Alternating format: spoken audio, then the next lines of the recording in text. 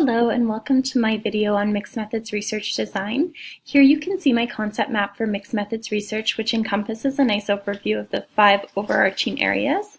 So there's the theoretical underpinnings and grounding assumptions. There's the purposes of mixed methods research and examples of research questions within this realm of research. There's data collection and analysis, reporting and evaluating, and assertions made by critics. So this is just my summary of the presentation that I've done. If you choose to use mixed methods research in your capping project, then maybe this is something that you would like to refer back to. I've left a link to the concept map in the forum post as well for your reference. Alright, so this is my presentation and we're going to begin with the theoretical underpinnings and grounding assumptions. So what is mixed methods research? Mixed methods is the result of utilizing quantitative and qualitative data and collection tools within a study. It is a more recent approach to research originating in the 1980s after qualitative research had been acknowledged as being valuable. Mixed methods is used commonly in education and healthcare to help explain complex social phenomena. And throughout this, I'm going to just briefly touch on each of the paradigms, as Mackenzie and Knipe stated in their 2006 article that the mixed methodologies research is not constrained to one paradigm. It can be across any and all of the paradigms. The interpretivist or constructivist paradigm views knowledge as being socially constructed. Although the interpretivist constructivist paradigm is predominantly qualitative, it can be a combination of both quantitative and qualitative. The pragmatic paradigm is where researchers look at the what and how of the research problem. Qualitative and or quantitative methods can be employed within that paradigm. The transformative paradigm, within this, Creswell stated that transformative researchers believe that inquiry needs to be intertwined with politics and a political agenda.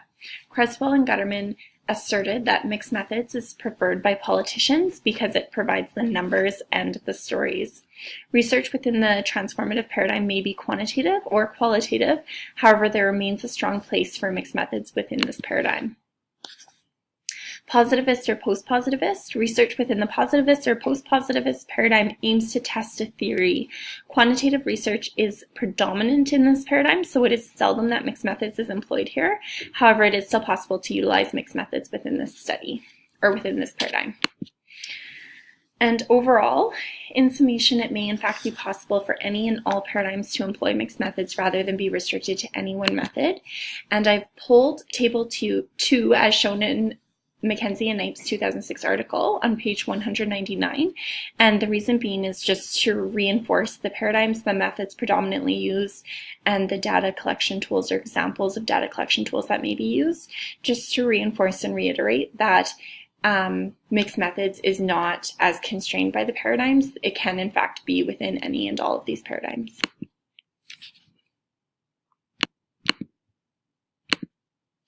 Next, we're going to move on to the examples. So why mixed methods research and research examples of questions. So reasons for utilizing mixed methods. Politicians appreciate mixed method studies because they provide the numbers, which are fact-based, and stories, which make it easier for people to remember. It helps develop a complex picture of a social or possibly a cultural phenomena. Sometimes a study will begin as quantitative or qualitative, and as researchers begin to uncover trends, they start to ask more questions, which may follow up with quantitative or qualitative data from there to gain a deeper understanding of the issue. Here are a couple of examples that I've drawn from to help give you an idea as to what questions may be used in mixed methodology research.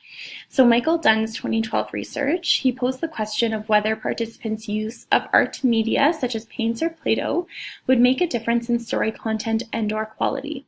So Dunn conducted a mixed methods approach by qualitatively assessing students' perceptions of writing by employing a pre-intervention survey and post-intervention interview.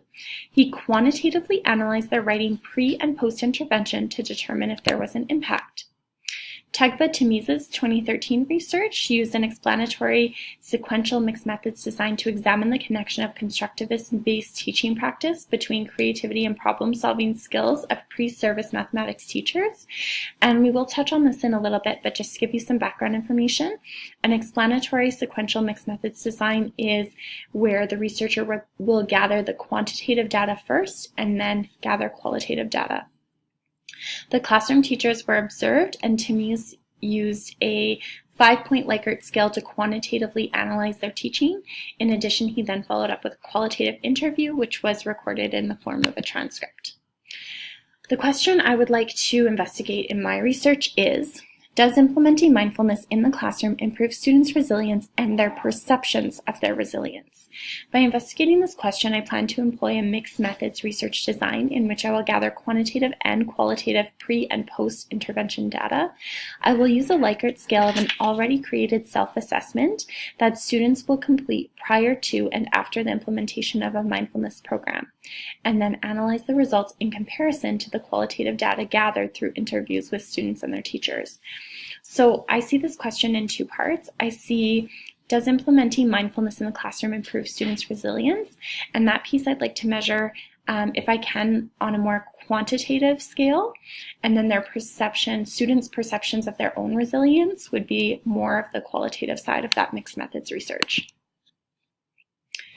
Data collection and data analysis, as in any other method of research, is another important step, and mixed methods is unique because it draws from both quantitative and qualitative methods.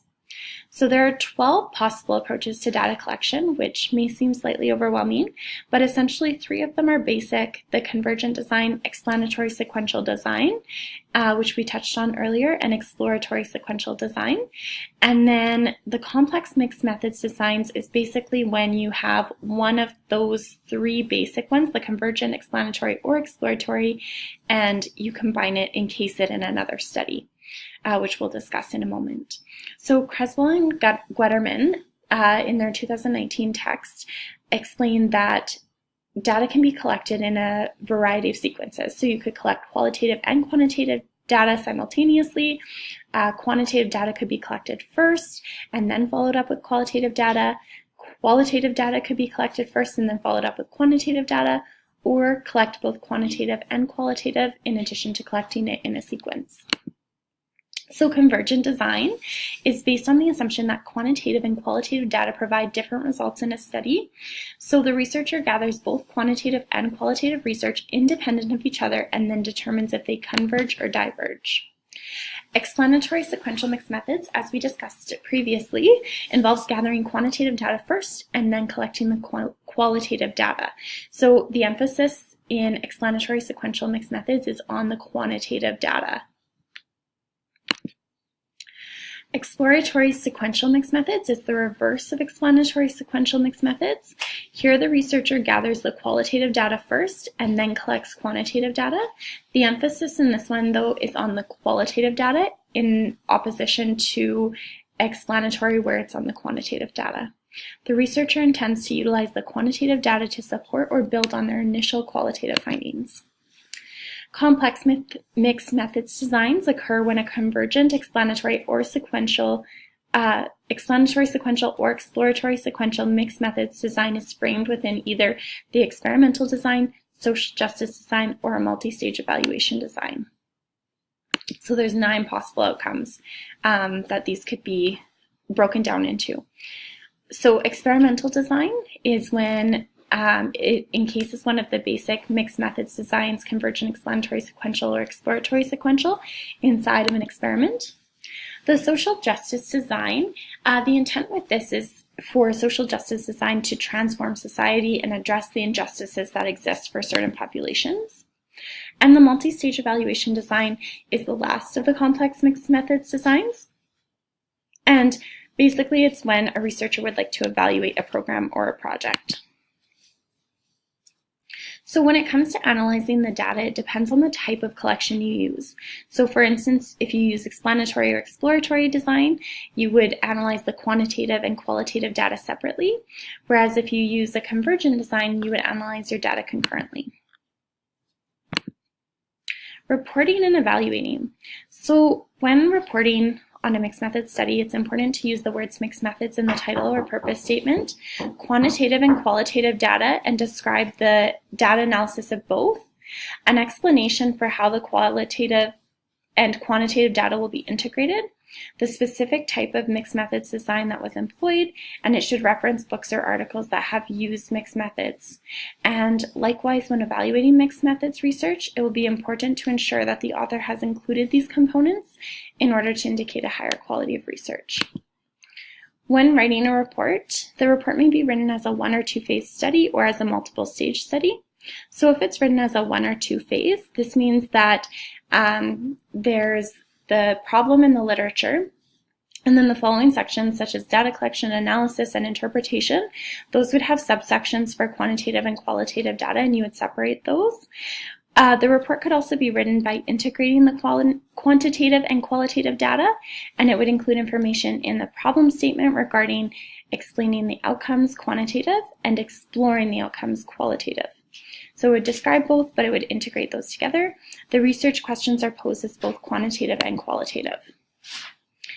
And lastly, the assertions made by critics.